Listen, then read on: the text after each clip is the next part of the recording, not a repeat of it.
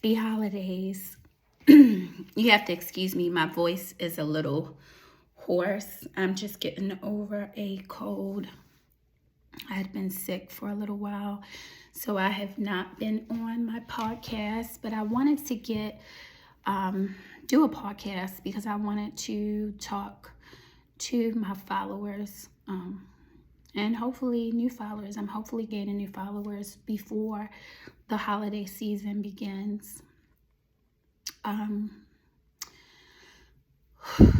This is going to be a rough one for me today. But I want to talk to the audience. I want to talk to my friends. I want to talk to my families. I want to talk to people who are dealing with depression. I want to talk to the people who are hot in their depression. I want to talk to the people who are alone for the holidays. The people who might not get to see their loved ones because they're sick or because their loved ones aren't their loved ones anymore. They don't want to be around them or they feel isolated. The holidays are a joyous occasion, but for some people, they are a very lonely occasion. A lot of people spend this time alone, and the holidays do not represent the same thing they do for other people and other families. And I wanted to speak to those people directly and their loved ones.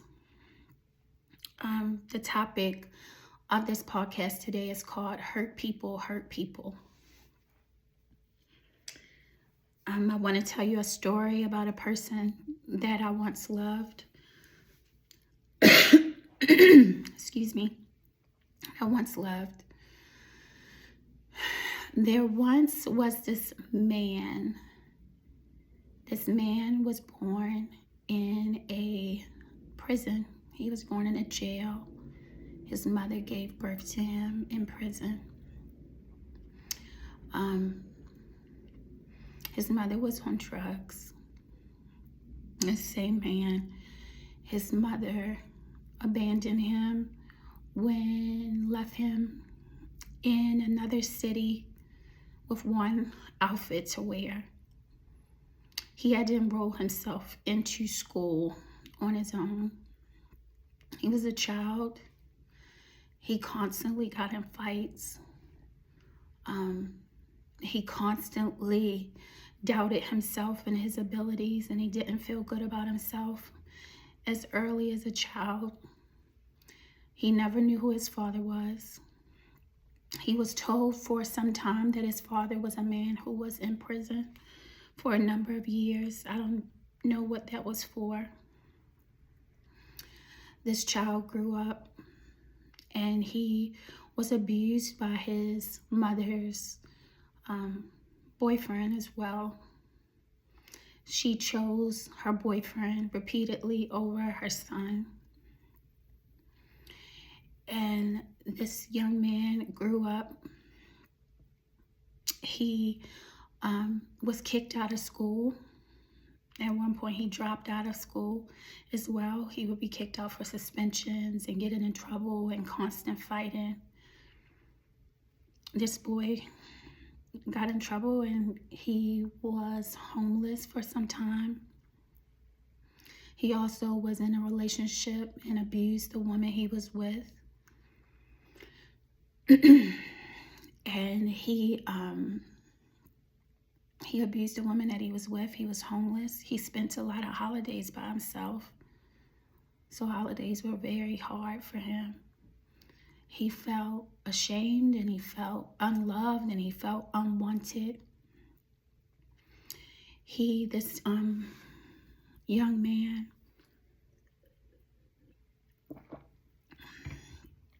he went on later to become a nurse.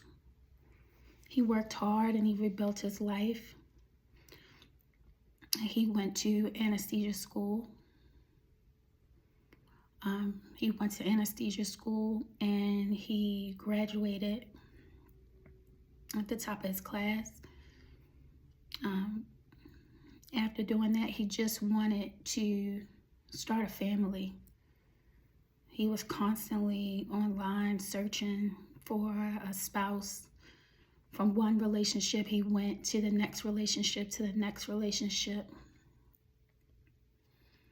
And he married after knowing someone for only 4 months. And they had children. They had 2 girls. And he did not know how to be a husband. He did not have anyone to teach him how to be a husband, how to be a supportive husband, how to be a good man. He didn't have any, he didn't feel loved. He had an emptiness inside of him for as long as he could remember. I met this person.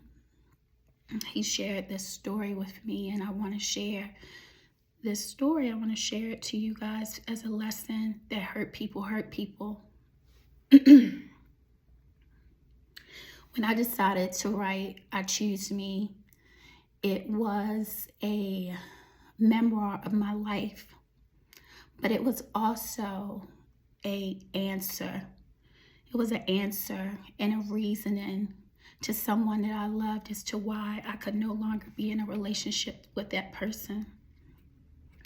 I wanted that person to see me for who I was, because I spent an entire year trying to mend someone who was broken. I was trying to mend someone who was broken to the point that I felt like my pieces were falling apart. I felt like I did not recognize myself. I went into that relationship whole, and I came out empty and pieces of me missing. And I wanted that person to see me and know who I was, and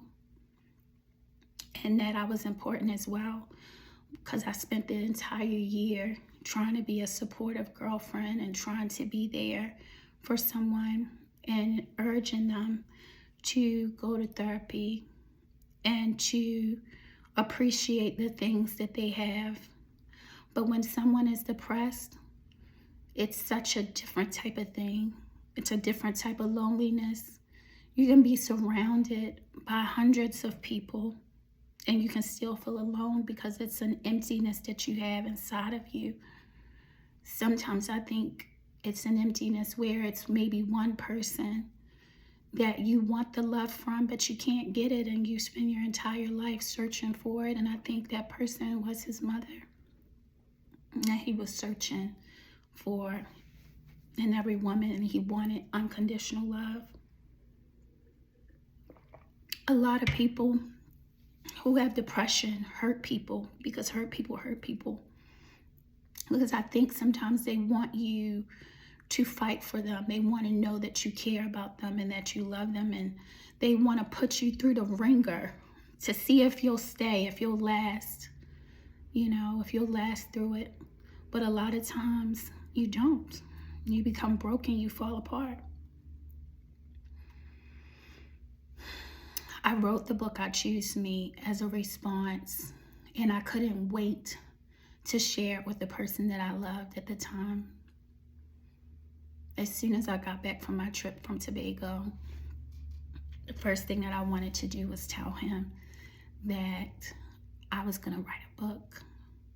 I spent the entire night writing my first chapter. I talked about anxiety and fear, and I talked about my first feeling of fear and running through the alley when I was about maybe 10 years old to get help from my mother after an argument with my father. I talked about that in my story, and I wanted to share it with him for him to see me. And when I tried to tell him 3 times that I was going to write a book, and he was so encapsulated in his own life and the things that were going on. I shared it with a friend of mine. I wrote him a poem, and I wrote it to my boyfriend, and I showed it to him, but he didn't understand what the poem meant because he didn't know me and he didn't understand me. I showed it to my friend who I had known for several years, almost 20 years, and he knew what it meant. He knew what I was trying to say. And I showed it to my boyfriend, and he got jealous because someone knew me more than he knew me. And he became very upset, and his reaction to it was, fuck my book. He told me to fuck my book, something that I wanted to work on. I've been wanting to do something like this for the longest time. I've started it and I've stopped and not finished it. I don't know what it is about me when someone tells me that I can't do something, or they doubt me, and I've been doubted since elementary school. That's when I get the most excited, the most set on flame, on fire, and I can't stop, and I have to finish it because somebody tries to define me and tell me what I'm capable of doing, what I'm not capable of doing, and it just burns my insides up and motivates me. He told me, fuck my book. And he was talking to me and he called me stupid. In our relationship, he had never been angry and never been violent to me. He had been loving, but I told him that I have some stipulations and standards. And one thing that I don't put up with is anyone disrespecting me. I've been at a point in my life where I said I'm no longer going to allow any person, especially a man or someone I'm supposed to love and be in a relationship with, to dehumanize me by any name. I've been called enough bitches in my life to know that that's something I don't want to be called it by someone that I love. So I sit there and he called me stupid. And it was a man who I was deeply in love with. And I broke up with him. I shared it with some of my friends and they looked at me with curiosity. They looked at me with, puzzled as to how I could be so in love with somebody and break up with them over them calling me a word such as stupid that some people play around with. But I'm highly intelligent. The last thing I am is stupid. And I will not allow any man or any person to disrespect me. And I told him that that was it and that it was over. He was very upset with me over that. And I ended our relationship, and it was hard. It took me a while to get over that relationship. But I had to put myself first. Him telling me, fuck my book, made me write pages and pages, and some days it was 20 pages at a time. It made me send out query letter after query letter trying to get my book published. In my book, I wrote the ending chapter, which was about forgiveness and love. I told the story of the days leading up to us breaking up. And in that story, I talked about how we danced to salsa music, and he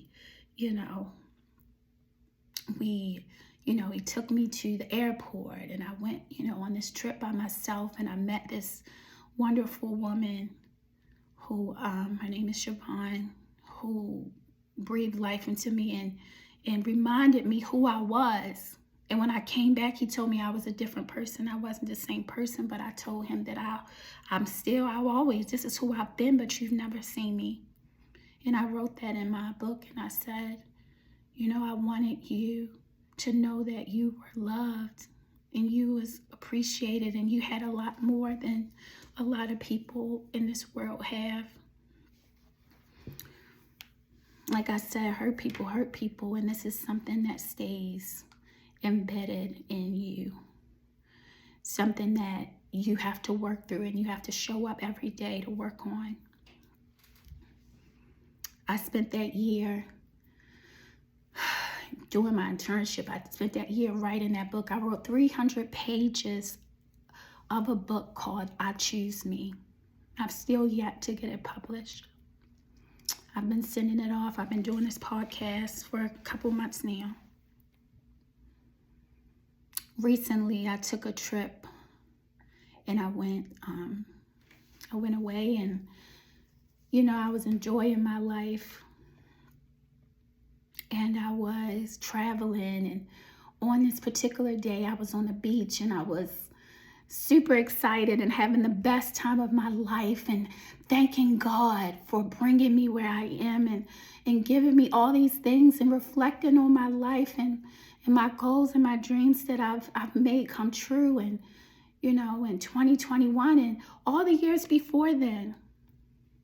Because I feel like when nobody has chosen me, that God has chosen me. And some of the things that he's chosen me to do, I don't even know why he selected me to do that. I feel like sometimes that he believes in me more than I believe in myself. And he thinks I'm capable of things that I don't even think I'm capable of. I saved a little girl's life this year, as many of you guys know. But there was a life that I was not able to save. And as I said before, hurt people hurt people. While I was on the beach enjoying my life and I was counting my blessings and enjoying and having a good time and seeing God's glory and thanking God for my life, that person was taking lives. That person took the lives of 2 women, and he took the life of himself. Because hurt people hurt people. He did that before the holidays because he didn't want to be alone again for the holidays. But now his daughters are alone. Now the people of those loved ones are alone. Those people have to figure out how to move on, and now they're hurt because hurt people hurt people. I don't know how many people I have told to go to therapy. I have begged and cried and pleaded with them to go to therapy, do therapy. I have been in therapy for as long as I can remember. I tell you, therapy is like a life coach. It's a lifesaver. I tell people it's like if you have a heart attack and you go to a cardiologist, or you have, you need to go get a checkup. You go to the doctors. But I don't know what is the problem within our community that we cannot treat our depression. I have been through homelessness. I have been raped. I have been hit before. I have been felt like I wanted to give up. And I would not be standing here if I would not have went to therapy, if I did not have God in my life, and I was not talking to someone on a regular basis who could keep me and be unbiased and listen and allow me to work out my issues and my problems and the root of my problem. That's all part of choosing you and choosing yourself. Hurt people hurt people. You have to understand what that means. It means that if you don't treat it, you're going to hurt people. And I know you don't want to do that. The people around you are going to suffer, and you're going to suffer. So why don't you want to live? We live in a world where you're forgotten about in a matter of days. We're on social media and we look at the internet and we see people killing each other. We see people taking lives, people doing things at school and murdering children and children being molested and children being killed and all kinds of things. We watch and we see. And after a few days, it's dissipated and we don't remember. It's not important. We've lost our celebrities that we admire. We admire people who are just like us. The same as us. We put them on a pedestal before we even put ourselves. And people are forgotten. Why would you not want to go live? Why would you not want to be happy? What are you waiting for?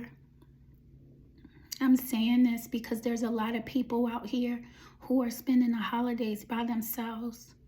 There's a lot of people who walk around and they're smiling and they're cracking jokes and they want to be the center of attention, and you think nothing's wrong with them. You think they're on a hiatus or they're living their best life.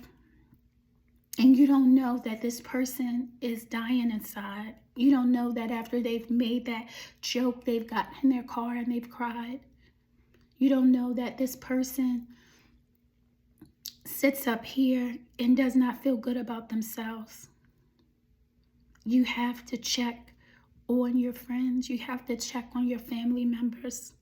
Sometimes you have to check on the one that's the loudest in the room and wants to be seen. And I think that's what he wanted. I think that's what a lot of people want, to be recognized and to be noticed and to be seen.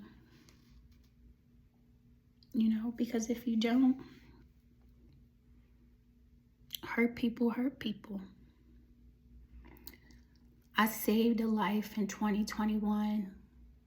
When 2021 was approaching, I got online, I wrote a post and I said that 2020 had been good to me. I redecorated my house. I did things like that. I had time to spend with my family. I spent part of that time writing my book. A large amount of time I traveled across the country. In 2021, I saved a life and I lost one. And that trickle-down effect. Other people lost themselves. They lost at the expense of someone who was hurting. And like I said before, hurt people hurt people. Setting standards and placing myself on a pedestal and being strong and firm in what I believe and who I am as a person. I don't know. Everybody keeps telling me I dodged something. I dodged a bullet. I don't know. I have no idea. I don't know.